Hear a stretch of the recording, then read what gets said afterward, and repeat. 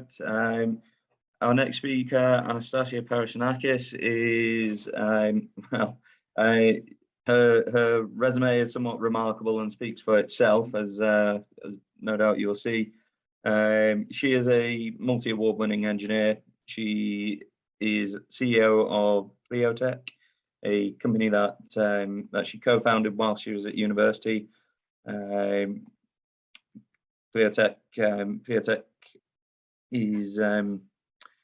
was founded to address shortfalls in the social care sector. And was inspired by Anastasia herself caring for her disabled brother, and 10 years working as a healthcare assistant. She's based in Belfast, Northern Ireland, and all her work has seen her featured on the BBC as well as in the Irish Times. She has won multiple awards with multiple engineering organisations. She's a Royal Academy of Engineers scholar. She's here on behalf of the IMechE this morning for you, this afternoon for me currently. And all of this while she is still studying for her master's, which is in chemical engineering at Queen's University Belfast. So without further ado, I'll hand over to you, Anastasia. Thank you ever so much for joining us today and for giving us your time. I myself cannot wait to hear what you've got to say. So over to you. Thanks, Gary. It sounds a bit ridiculous hearing that all laid out like that. It certainly doesn't feel that way from my perspective. And yeah, I just want to say thank you so much for having me on today. I definitely feel extremely out of place with all the incredible speeches we've had so far. So and Captain Luke, I just want to say that was so inspiring. So thank you for sharing that. Okay, so I guess I will share my screen. Is that good? Can you see my screen? Yeah, no if you problem. can go into presentation mode, will be perfect. Okay, cool. Oh my god, it's not letting me move the Zoom thing out of the way. Okay, cool. Right, here we go. Yeah. So, okay. So, usually this disappears. I've just got a new laptop. Hopefully that will just disappear by itself. Right. Okay. So thank you again, like I just said, for coming to hear me speak. I definitely do feel very out of place on the panel. So hopefully I realize that is very ironic when it's coming to what I'm actually speaking about today. So that is developing purpose and self-assurance as a young woman in engineering. So without further ado, we will start with chapter 1. And when I was thinking about how to start, definitely this meme came to mind. I think this topic and bringing it up has typically meant for me being met with this sort of reaction. Here we go again. We've heard this before. This isn't as big of a problem. And why is this an important topic? And even when it came to sort of putting myself together for this event, so what I was going to wear, how I was going to come across, the tone of voice I was going to adopt. I even asked for a breakdown of the demographics of the attendees, so I could figure out, okay, who will I be speaking to? And all of these questions and considerations, I think, are really, they come to the core of what I'm going to be speaking about today, because I'm sure a lot of these sort of doubts and contentions internally may have not been present for everybody else presenting today. So chapter 2 that brings us to is not as bad as you're making out. That is something I was really struggling with when I was putting together this presentation. How do I really convey the sort of the barriers that women in engineering are facing, but also most importantly, relating to who I was speaking to today? How would I give the people I was speaking to the vocabulary with which to self-advocate and to navigate the sector without actually feeling overwhelmed and feeling empowered to move forward?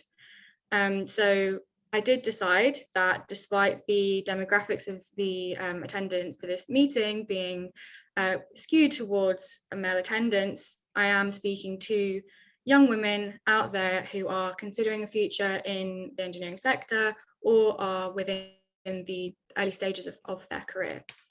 So this point, it's not as bad as you're making out, or I haven't really seen all these issues that you're speaking about. This is sort of quite a demoralizing thing to be confronted with, especially when you are in the engineering sector and you do report a problem. It's quite common to be, I know this term is used quite frequently at the moment, but gaslit into believing that you're overreacting. And one of the main things I wanted to get across today is that it's not just you. In fact, I'm here representing the IMechE today, and as part of the IMechE's extensive research into this topic, they've produced quite a few policy reports and technical reports and surveys. And of course, this is a statistic that quite a few of us might be familiar with. And if you're not, I'm hoping that it is going to come as a shock to you. So 15% of undergrads in engineering are actually women, and 12.4% in career sectors are women. These are quite startling statistics, although I think for those of us already in industry or have had experience in industry, probably you would anticipate that. And so then we've got to kind of consider why that is. Well, it's kind of well known why that is. And this is why I want to basically focus on equipping women with a vocabulary to self-advocate, so that if somebody does make you feel as though the way that you're feeling is unjustified or you're overreacting, well, actually we have quite a lot of research to back up the way that we feel. So like I said, I'm here today speaking as a member of the IMechE, and the organisation itself has published an extensive amount of research on this topic. So we can see that, you know, the survey shows that women even earn up to 30% less than male engineers in the same roles. And a lot of that has to do with career progression, statistics and glass ceilings. And even as we move on to the other engineering organisations that are present today, we've got the Royal Academy of Engineers, which Gary mentioned, I also have affiliations with. They've released really interesting and insightful reports on this topic. You've got the IChemE, and you've got you know, a wide variety of industrial partners having looked into this topic. So I think I really wanted to start off straight off the bat that the statistics are on your side and the research is on your side. And I think that's a really, really fundamental basis for which to start this speech on, so that even other people who may not be women in early career engineering, like within their lives, even allies or industrial leaders, can start on the same footing that this is a real problem. So WISE, the WISE campaign is the leading organisation basically advocating for women in STEM careers. And they have published quite a wide array of resources and statistics and research into this issue as well. And so we can see that this problem actually starts quite early on. We have 8% of women actually progress to a level 4+ STEM qualification, 24% of women are in the STEM workforce overall, and 28% of women are on boards, which is something that I will go into a bit later on. So how does this translate into personal experience? We've seen statistics. What does this actually mean if you're a woman going into the engineering sector, especially in 2021? So I basically wanted to dive deeper into one of my my favorite pieces of research by the IMechE, which is this report, Stay or Go, the experience of female engineers in early career. I actually happened upon this very early on into my first industrial placement, and it gave me a lot of confidence and comfort that I did not feel alone. So if we just read some of these quotes here, it's really difficult not to feel quite moved by them. So I was bullied by another male apprentice during my first year as a trainee. I reported the issue, no action was taken. And I get treated differently in the manufacturing sector. It's kindly meant, but I'd rather be allowed to get on with my job as an engineer first and foremost. So I think they're really important kind of differing perspectives, but actually going with the dichotomy of what it means to be an engineer as a woman, I think it is possible to feel both these things. It's possible to feel as though many of the comments and the interactions that you experience, you want to believe that they are well-intentioned, but on the other fact, deep down, you do know that some of it probably isn't. And even though you externalize that and you try to self-advocate, you might be told that that's not the case. So moving forward into what does this mean in terms of adapting you and yourself and the way that you experience your career. So we know that nearly 70% of women have to adapt their personality just to get by. Women first feel a difference in how they are treated at university. And 83% of women have experienced or witnessed discriminatory language or behavior in the engineering sector.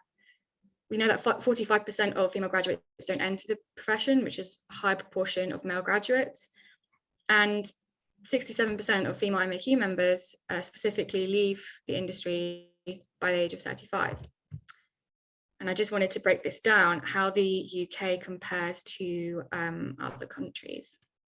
So what has this report concluded? What are the reasons for all of these quite moving statistics and experiences that I've just covered here? Well, we know that we do have a lack of female engineering models in general, even though there are amazing campaigns like the Top 50 Women Engineering campaign and InWed, there's still a lot of work to be done. We know that there are very poor public perceptions of engineering as a career for women, and of course I will get into that. We know that there is gender stereotyping in general and that working environments are not inclusive for women. So these are facts, facts discerned from this particular survey and not my personal opinion. And I think I really wanted to convey that again, because it sets a really good tool set for women to advocate for themselves, knowing that this is a real problem and being able to isolate the reasons why. So chapter 3, feminism and professionalism. So bit of a background about myself. I've had the privilege of being able to work in different sorts of engineering settings across the world. So I did do my industrial placement at Jaguar Land Rover for a year, but I've also worked previously in Tempesili in Denmark and worked in a plastics manufacturing plant in Greece, where I'm from. And then I also do policy work with the European Young Engineers, and I work with a bunch of different NGOs on engineering projects, which means that I've got quite a breadth of kind of experience and understanding of what it means to be women in different settings. And if we move forward onto this, I've got a collection of anecdotes to share with you, and I just wanted to preface those with this quote. Everyone assumes that you're the secretary or there to take notes and make coffee in meetings until you stand up and present and lead the project. So I am well aware that the experience of women in engineering is not uniform, and I will go into the differences in generational experiences and also geographical experiences.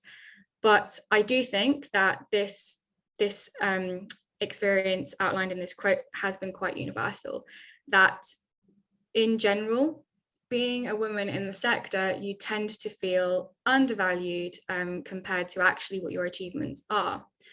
And I was met with this quite early on in my career and in quite an obvious and abrupt manner. And so it takes me to my first story, which is called Bragging Rights. So I had just won an award for some external work I had been doing. I didn't tell anyone about this. I basically gave some publishing, like press release details, to the awarding organization, which was a condition of women winning this award. And part of that meant that the awarding organization had to tag my company that I was working for in social media.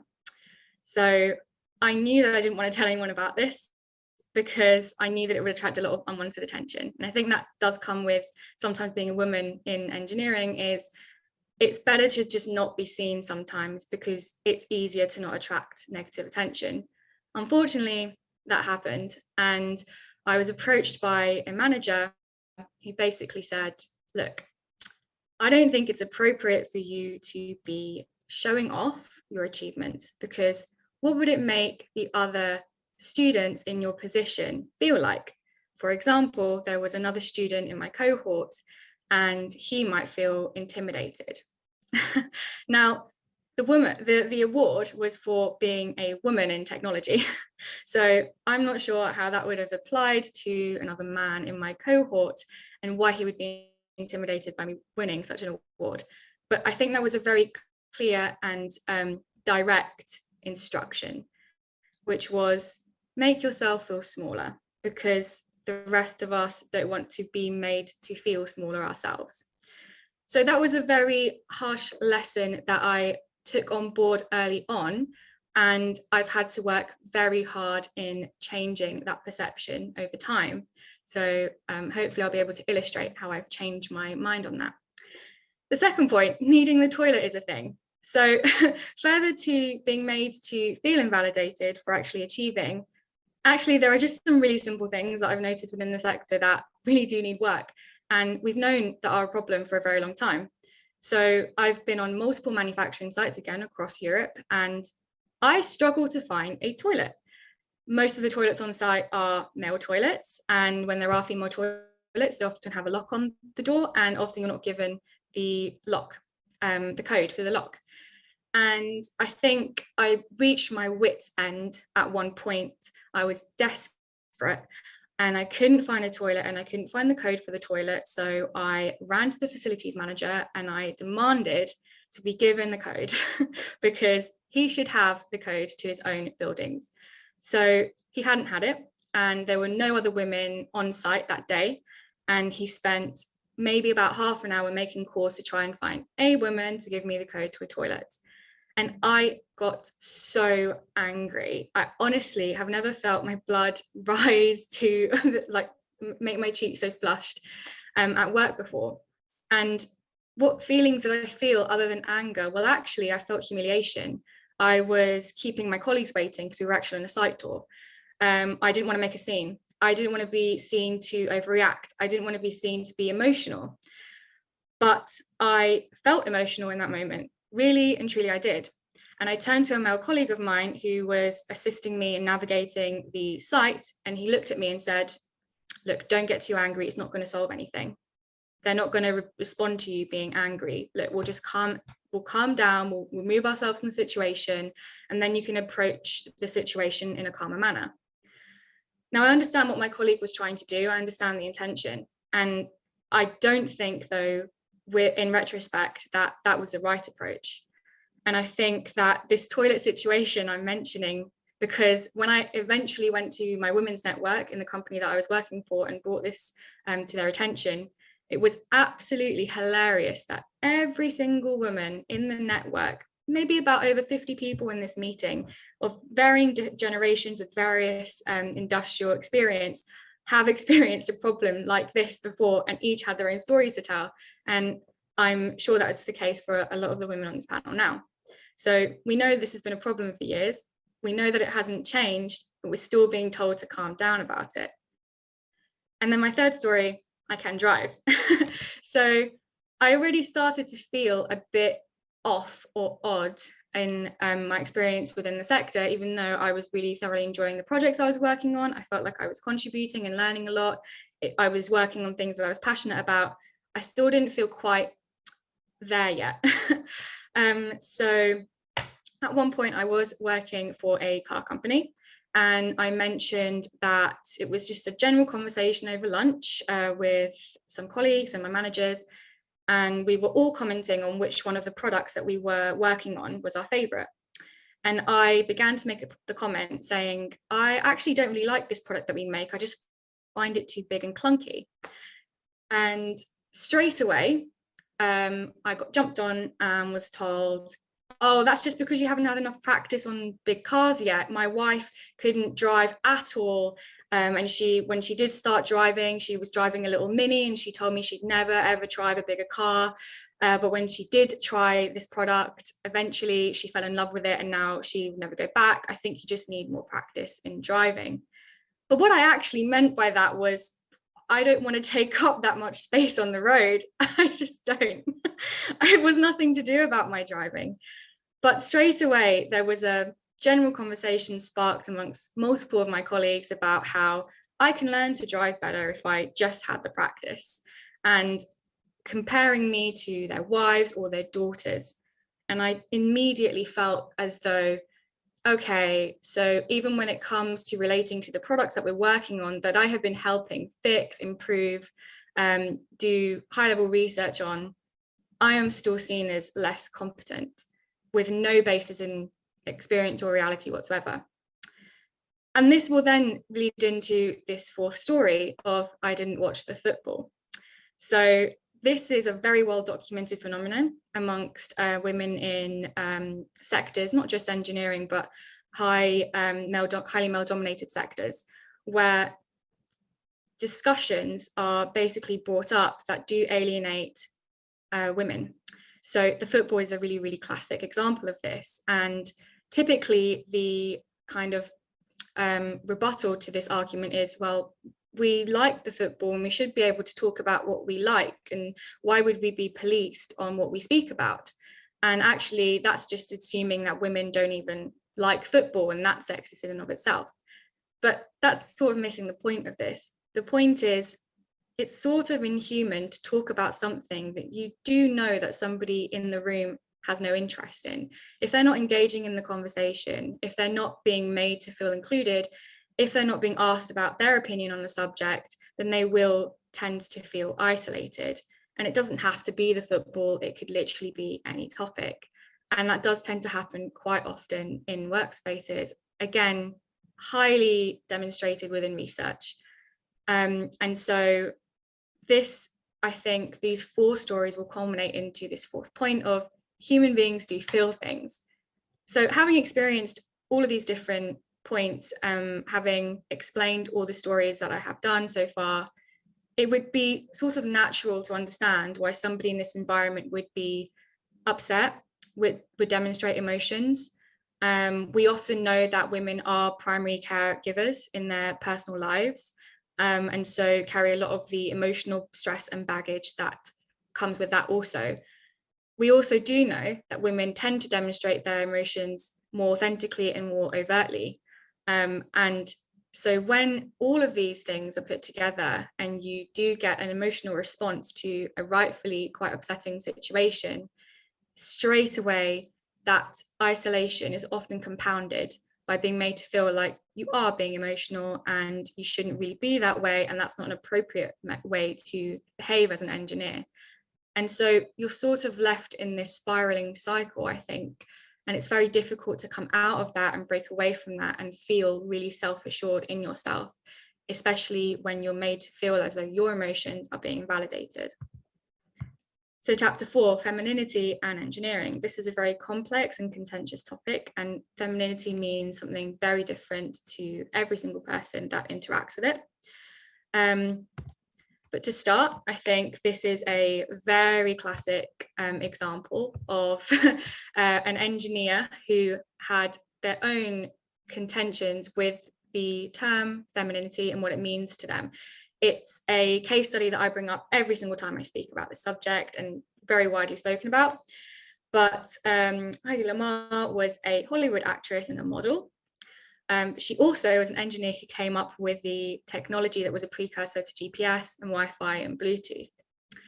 And what is said about her in retrospect is they wanted glamour from her, and they wanted somebody to stare at in the movie theaters that would help forget all their troubles. Now, why is this relevant? It's relevant because she was actually denied all the patents to all of her innovations. She didn't see a single cent. Her estate has not seen a single cent from any of her innovations.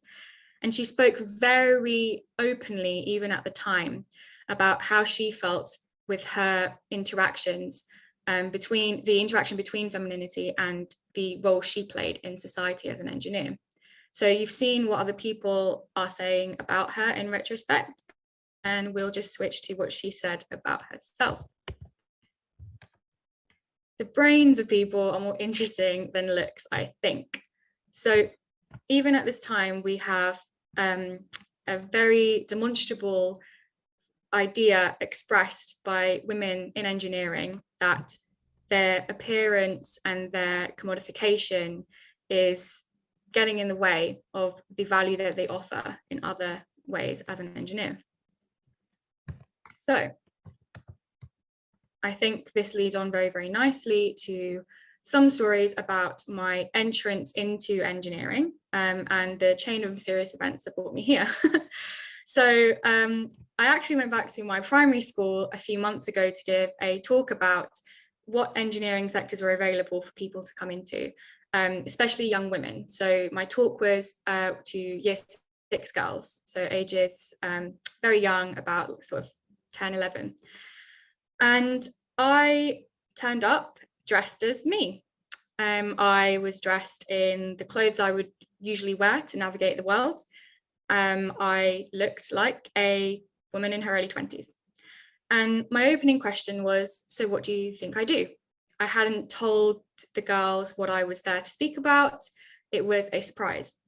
And every single one of those little girls said, singer, dancer, YouTuber, anything media related, anything to do with how you are projected as an image as a woman. And when I said that I was an engineer, instantly, all the girls started talking amongst themselves and they lost interest. And I asked, what is it about engineering that you guys don't want to engage with? And they said, well, it's for boys in overalls covered in oil, and we don't want to do that. We want to be YouTubers. And it made me honestly quite devastated at what sort of influence is on our young girls these days. And it was certainly the same for me when I was growing up, probably less pronounced because of the lack of social media as it is today. That means that their striving for femininity is mutually exclusive from being an engineer. And wanting to present yourself as an attractive woman means that you cannot do so in pursuit of the engineering profession. And when I thought back to how I felt when I was starting to choose my choices, I thought back to my A-level physics class. I was the only girl in my A-level physics class. There was one girl before me and she dropped out for the same reasons that I've been describing. And I spent all of that physics class being excluded from lab groups, having to sit in silence for over half an hour while the teacher talked to my fellow students about the cricket. And I had absolutely nothing to offer to the conversation. And I got so, again, felt so isolated and turned off by the whole experience that I went to the one female member of faculty and explained how I felt. And she just looked at me and said, that doesn't change as you get into the career that you want to choose. And so you best get used to it at this point. And I lost interest and I dropped physics. And funnily enough, nobody else in that year group became an engineer, apart from the girl that dropped out before me, who is now doing a PhD in particle physics. So that brings me on to the third point of cheer up, love. So having gone through all this trauma, having still chosen to stick with this career, having found our passion and move forward, we then tend to adopt a specific role within our sector. And that is the role of the bubbly and happy sort of secretarial personality. And I found that, again, very often throughout my experiences in engineering. I was often told to take notes or turn up to events so I could inject some humor or some personality. I was even told in a review once, in a formal performance review, that my performance was otherwise exemplary, other than one time I turned up to a presentation and between my presentation itself, I seemed a bit glum and I wasn't bringing my usual bubbliness to the room, which was much needed at the time. And this was one presentation out of 6 months worth of a review period. And so then again, that reinforced this feeling to myself that, okay, so what's my role here? Is my role to solve problems, engage with the actual technical aspects of my job? Or is it really to be a woman in this environment. And again, I was very early on into my experience in the sector, and it caused a lot of internal conflict. And unfortunately, this leads me on to my final point in this chapter, which is quite a difficult conversation to talk about, which is the "I look like a person I think" story. So just want to give a trigger warning at this point. I'll be talking about verbal sexual abuse and harassment in the workplace. So in talking about this, I just want to bring up a recent example of something I faced in the workplace to give a very accurate representation of how issues like this are generally being addressed. Even though there is a lot of work being done to progress this issue, I think it's important to address this reality. And I'm very grateful to be given a platform like this to actually speak the truth, because I think it would be a disservice to not tackle these issues head on.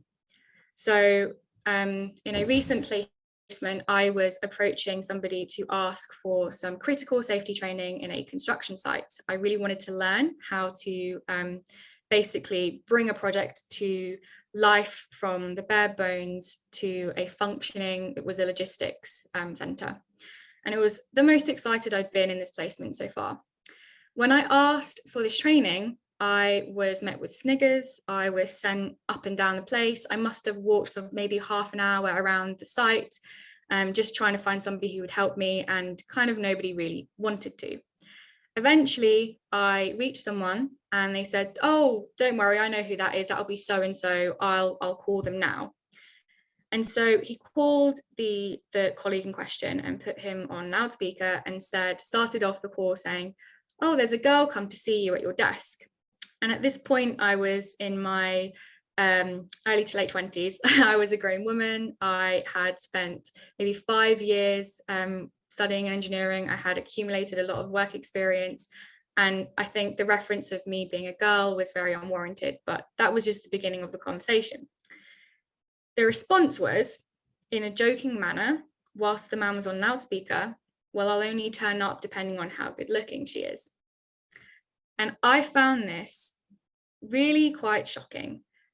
Not upsetting, because I was expecting it and I had experienced a lot of these sorts of comments beforehand.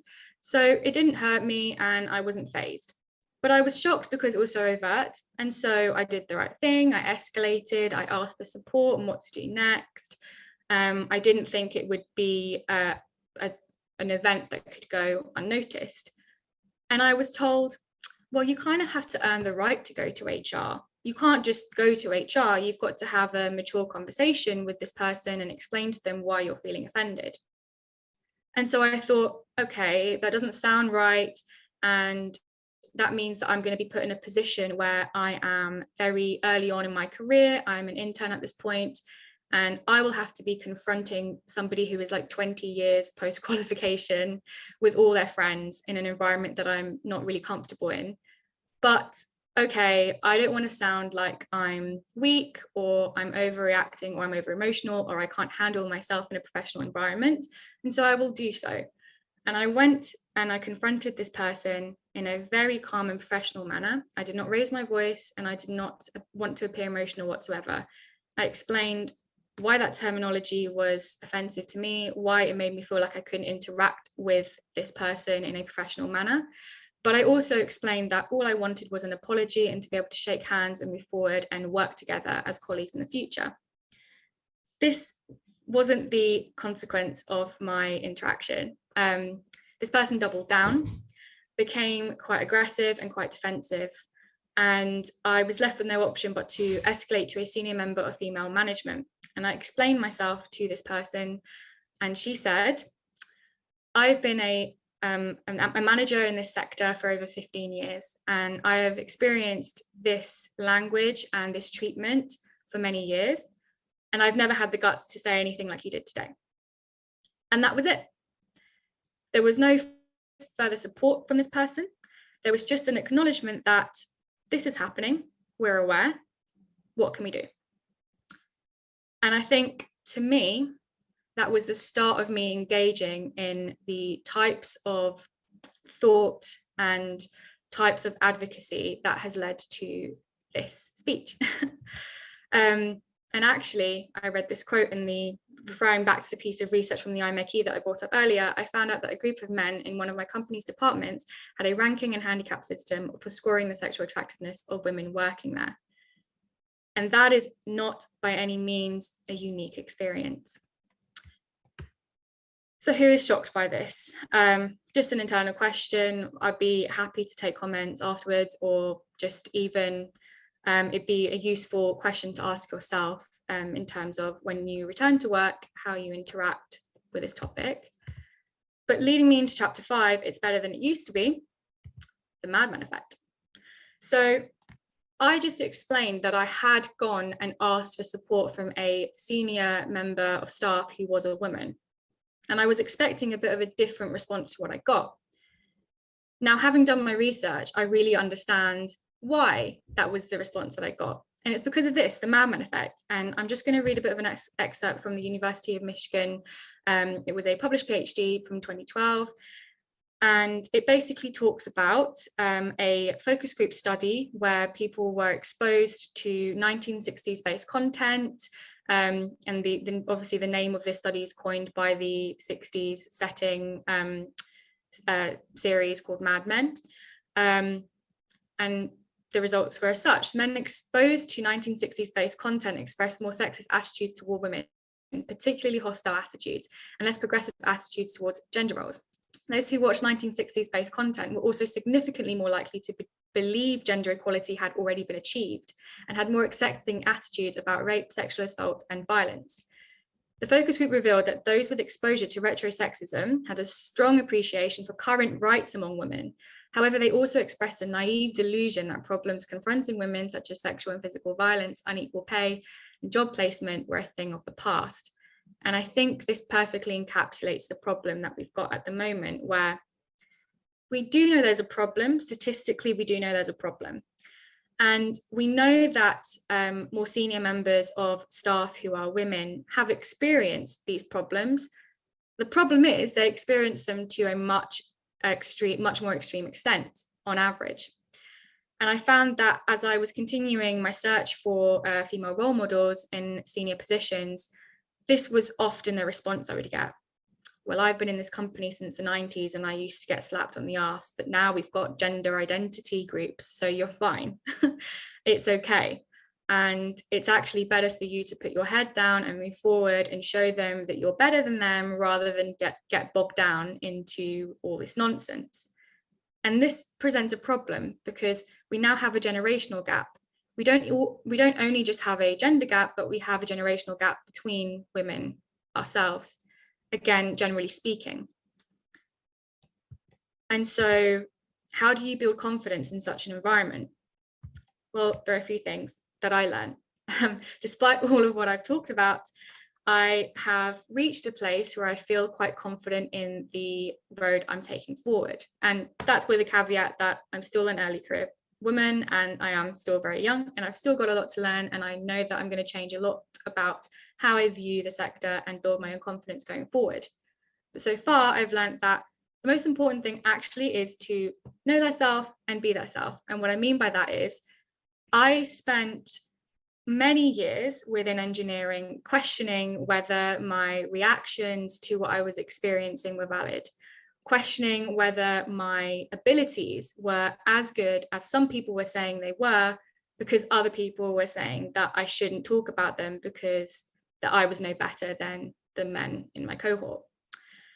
I spent a lot of time looking at my progress reviews and my performance evaluations and really obsessing over these small comments such as, well, she wasn't bubbly on this day. And so one of the most important things I learned was being able to self-analyze and self-critique. Okay, so where do you actually sit and are these criticisms valid? And the way I've actually managed to audit that is by talking to actual stakeholders or projects that you're working on. If the people you're delivering solutions to are happy with the work that you've done and the way that you've delivered it, then that should be the only benchmark for whether or not you're a good engineer. And once you know that, and once you've self-audited, then what comes next is just actually authentically being yourself. And what I mean by that is wearing things that you feel comfortable in, well, obviously within the regulations, but that doesn't mean making yourself less of a woman if that's what you choose to present yourself as. It also means speaking in a manner that accurately reflects your interests, your passions, what you don't stand, and accurately articulating your boundaries. And the second I started doing that, I found that my relaxation levels in my downtime between work just increased in their quality exponentially. I felt that I could leave work and I could be proud of the person that I presented, and that I could go back to work, and actually whatever happened as a consequence of me being authentic, it was fine. Because at the end of the day, it brings me on to my next point, I can demand more from my employers. As engineers, we're actually in a really unique and exciting position. We know that there's a shortfall in engineers, and that's bad for the sector, but great for engineers. It really means that you have a lot more power than you think. If you don't like the way you're being treated, if you feel as though your work environment is toxic, you can leave. You can go somewhere else. There are plenty of companies. You are not in a saturated working environment, despite the job market being as awful as it is now in general. We are in one of the only sectors where actually your value as an employee is really reflected in terms of the job vacancies there. So you can really choose the working environment that you surround yourself with. And the problem with that is developing the confidence to make that leap and to make that jump. I think someone else mentioned beforehand that they were really proud. They'd entered into a company that so many other engineers would have absolutely killed for. I mean, I've been in that position and I felt guilty for not feeling happy where I am. You're told that it was so competitive to get in here, and so many people don't have jobs, and you're being paid well, and you've got stature and all these things, and you're made to feel guilty for feeling the way you feel and wanting to leave. But one of the main things I learned was actually that's just nonsense. And I learned that from a senior director of one of the companies I worked for, who was also a woman. And she basically looked me in the eye and said, the amount of times I've looked my managers in the eye and gone, I'm done, and left the room and had no plan, no purpose, had no savings, had nothing really to keep on to my next steps, but I knew my worth and I knew I'd land on my feet, and every single time I progressed. And I think that was just eye-opening to me, because I thought, whatever happens to me, I'm in control. And as a consequence of that, when I approach my next job interview or my next grad scheme or anything else that I'm looking to interact with in terms of employment and engineering, I can ask really targeted questions. I'm more articulate now. I have the tools to be able to self-advocate, and I can ask things such as, so what are your gender retention rates? How many women do you have on your board of directors?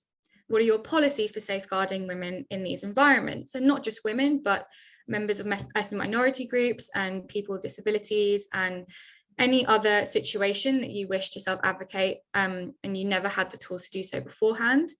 You actually have a lot of empowerment when approaching your potential employers to ask these sorts of questions. And the more pressure we put on employers in aggregate, the more quickly we'll see change. And another kind of method that I use to support my growth in self-confidence is interaction with professional organizations.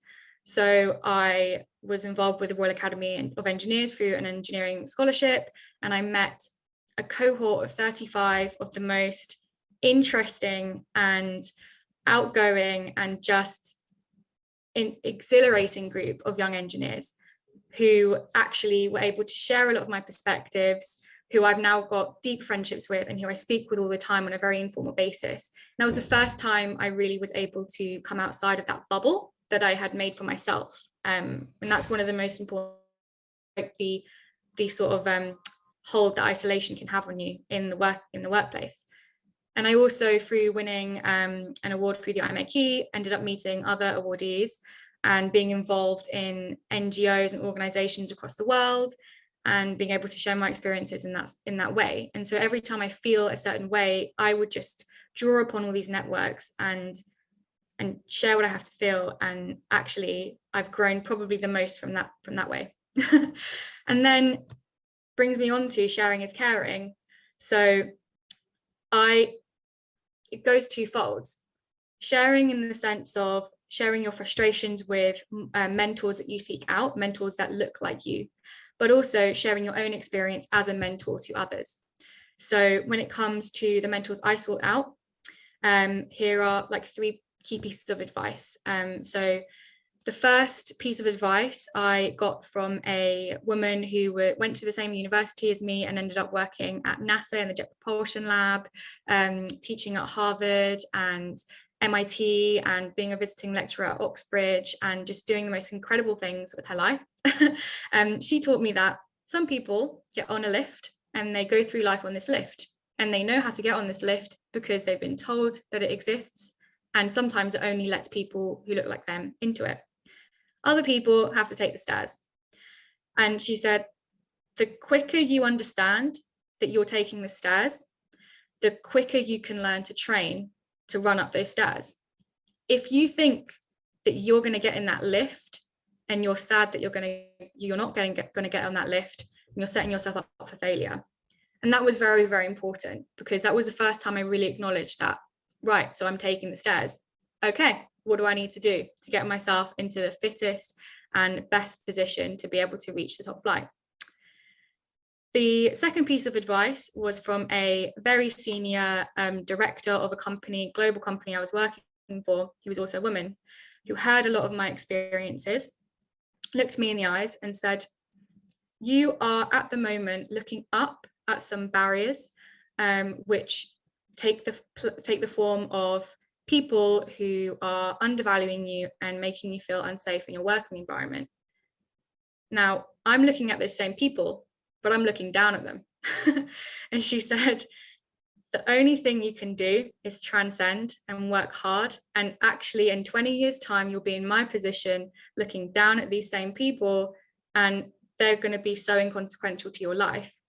Although I don't really agree with the premise that we should kind of accept the way that we are being treated and what we have to do to get by in the workplace, the acknowledgement that you can transcend and you can move forward, and the perspective of time, was really, really instrumental in building my confidence.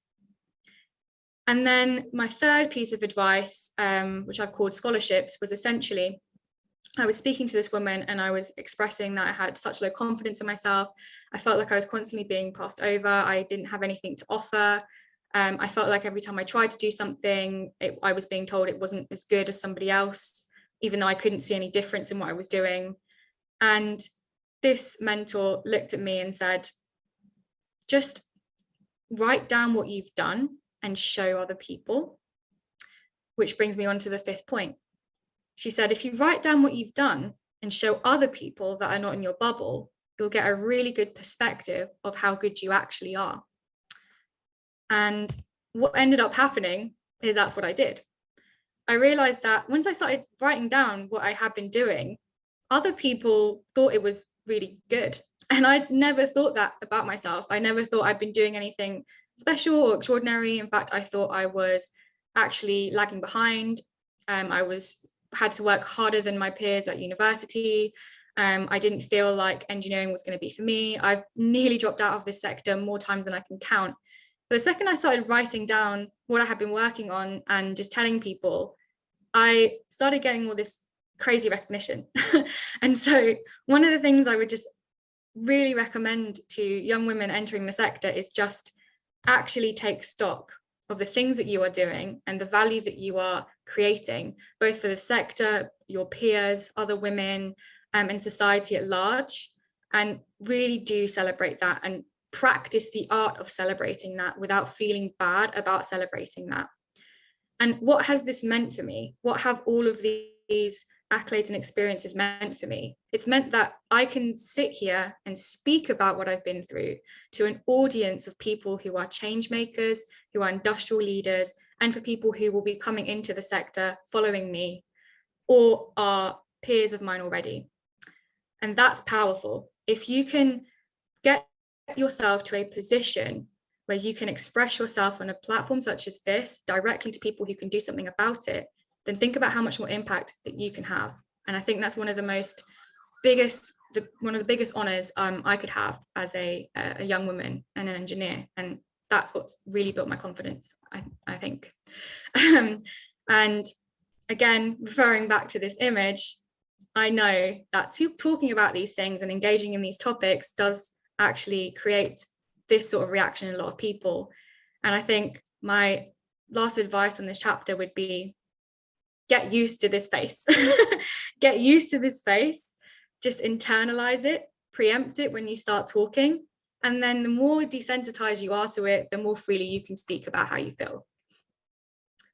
So as we kind of come to the end of this, I'm really sorry, Gary, if I'm like going over time.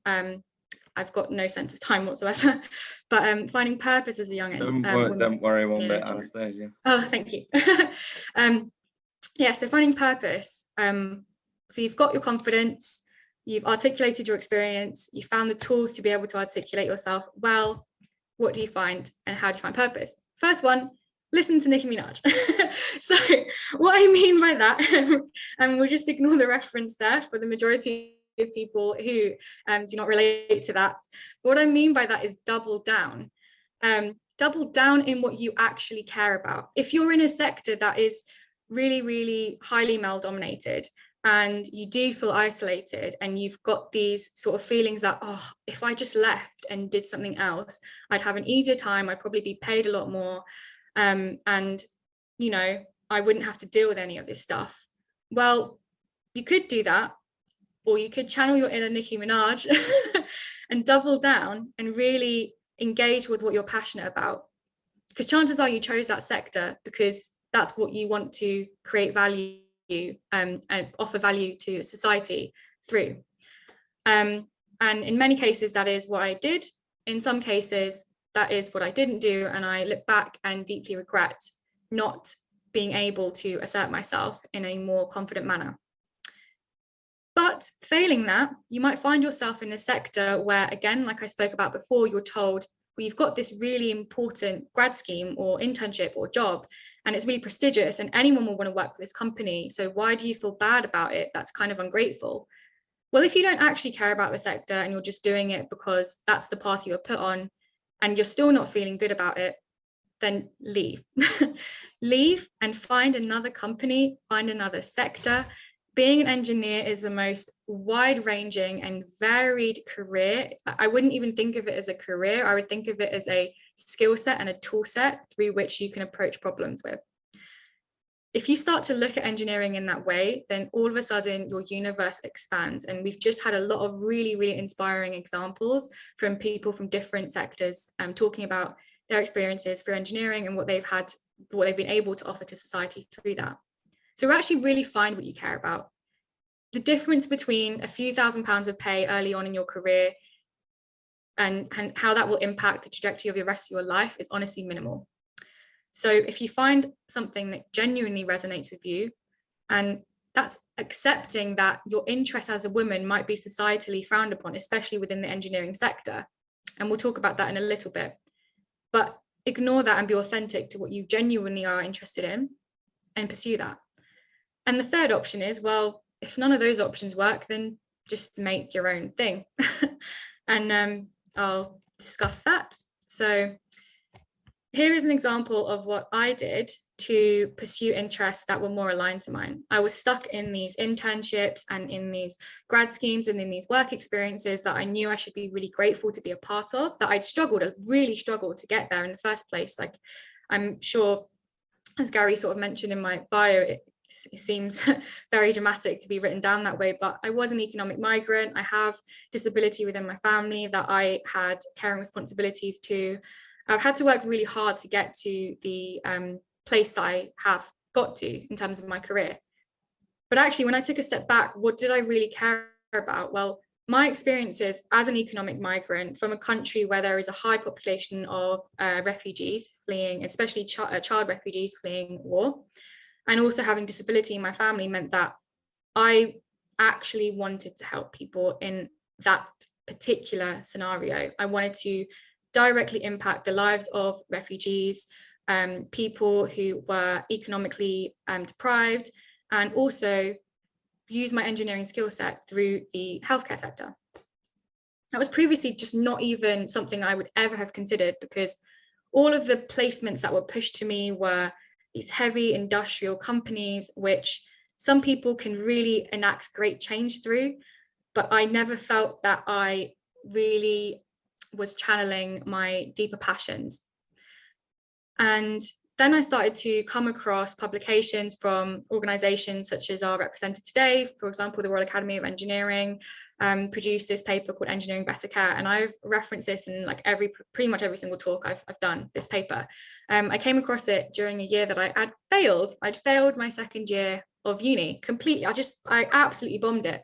Didn't do any of my exams. I was averaging like 40% on that year. And it was really through, I would say, looking back, why that happened. I had no confidence in myself. I just didn't see myself as an engineer. I didn't see how any of this could really help me find my voice as a woman in the sector. And I just completely got disinterested. And then I came across this report and I realized that, well, actually, I've been working in healthcare alongside my studies up until that point anyway. I've been working in healthcare since I was 14. I've been otherwise being a carer in an unpaid environment for family members pretty much my whole life. I really knew that sector inside out. And then I realized that you could be an engineer and still work in that sector and also do cool things and be creative. And actually, the point of this publication was that, well, at the end of the day, healthcare is a people-centered profession. And so you have to think about designing solutions in a very systems-oriented and design thinking and people-centered way. And these were all phrases that were just exactly like in a row, everything that I cared about. And it just reignited my passion for engineering. And it was why I was able to come back and just smash my exams. I smashed my third year, I got a first. And I'm now in my master's year and I'm like really enjoying it. It really turned around my interaction with engineering as a profession and as a concept. It made me redefine how I approach it. And I think that's really missing for a lot of women in the sector. It's a really strong tie to why are you doing this? Because for men, that why is pretty much historically ingrained. It's a very well respected and established profession. A lot of men will go into it. It's very well expected. And I don't think that strong basis and link for women to engineering has been established yet. Especially we need to, explore that generationally. After being exposed to this report, I started looking at other things I could do. Like I knew that NGOs were helping at refugees, but what I didn't realize is that you really need project engineers to run a lot of the initiatives. And I had done, I'd built up so many of these skill sets through my degree, so I could really just help in that environment. I started working with research groups. I came across companies like LV, for example, which just totally radicalized my idea of what it could mean to be a woman in engineering, where LV was basically designing super cool products like portable breast pumps and all sorts of type of tech specifically geared towards the female body. Which, and again, I'd previously worked in mother care. I had a lot of experience in, the journey of pregnancy that a woman would go through. And I genuinely never for a second thought that I could be the person designing a lot of the solutions to help more female-centered problems. If that's something that you're interested in, and if that's something that draws you closer to the sector, it could be something you hadn't really considered before. Overall, regardless of the direction that you might take or the real link to the sector that you might develop, I just think it's really important to isolate what you're interested in pursuing and creating value through, and what you are pigeonholed into because that's the precedent that's set for you, and recognizing that the precedent that's set is targeting a very different demographic to yourself. And then the third option that I spoke about was creating your own thing. So I really kind of briefly detailed what I think about engineering now and what my relationship to engineering is, and the fact that I view it as more of a skill set and a toolbox through which you can approach problems, rather than a defined set of career opportunities and sectors to pursue. For me, engineering is about understanding the problem, having a really clear problem definition. And I think anyone who's done any sort of problem solving, Lean Six Sigma type kind of projects in the past will really be kind of well equipped with this language already. So developing your problem and knowing exactly what that is, getting to know your beneficiary or your customer or the person that you're solving the problem for, and then finding the most creative and straightforward and efficient solution to that problem. And if you're following those three principles, really, it doesn't matter how you're actually applying them, whether that's through an engine design or making a COVID vaccine or pretty much anything else that you might be doing, building a bridge, or even in my case, building a software solution. If you're following those sets of principles, you're an engineer. And that's all it really takes. And I think to me, redefining that definition for myself really opened my whole universe, as I described, and empowered me to create a solution for the sector that had been deeply involved with for years of my life that I never thought I'd be able to support in a professional manner. And just to be very clear, I have no idea about developing software. I can't code really, other than what we've done at university. I'm not a software developer whatsoever. And so it's very easy to think that you're lacking in the skill set and that engineering is a highly technical discipline and you really need to know how to do all these things. But actually what I had developed through all the years of traversing the difficulties of being a woman in engineering and having to learn to articulate myself, having to learn to define my own problems when other people wouldn't accept a definition set out by research, having to push to get a problem solved for myself. What I developed was a kind of the different engineering skill set, which was identifying the need and then identifying the resources. And so that meant that I was able to get a software developer to work for me and medics and researchers, and I was able to interact with their technical language and understand them and translate what they had to say about the problem. But at the same time, I was able to translate the real needs of my beneficiaries and the people I was solving problems for. Now, that is an engineering skill set that I think is not really often spoken about. And it's something that is very undervalued and something that actually women can really excel in and that don't give themselves enough credit for. And that's why I ended up building my own business, and genuinely never ever thought that would be the case. Didn't have any intentions of doing so, had no idea how to go about this. I just got really good at asking for help. And so what can industry do? Thankfully, I'm not going to answer this question. I was very clear in the beginning of this speech who I was speaking to and what the point of this was. When answering this question, what can industry do? Actually, I've outlined extensive resources that are published through pretty much actually the engineering organizations that are present today. The research is out there, the recommendations are out there, they're quite comprehensive. There are so many policy briefs and technical reports. All you got to do is read them. And when I recommended that course of action to a senior director of a multinational company that I was working for, the answer I got was, well, do you know how busy we are? I'm a director of a company. I'm too busy to read every single report about every single problem that the company could possibly ever come across. And realistically, I don't think that that's a good enough answer.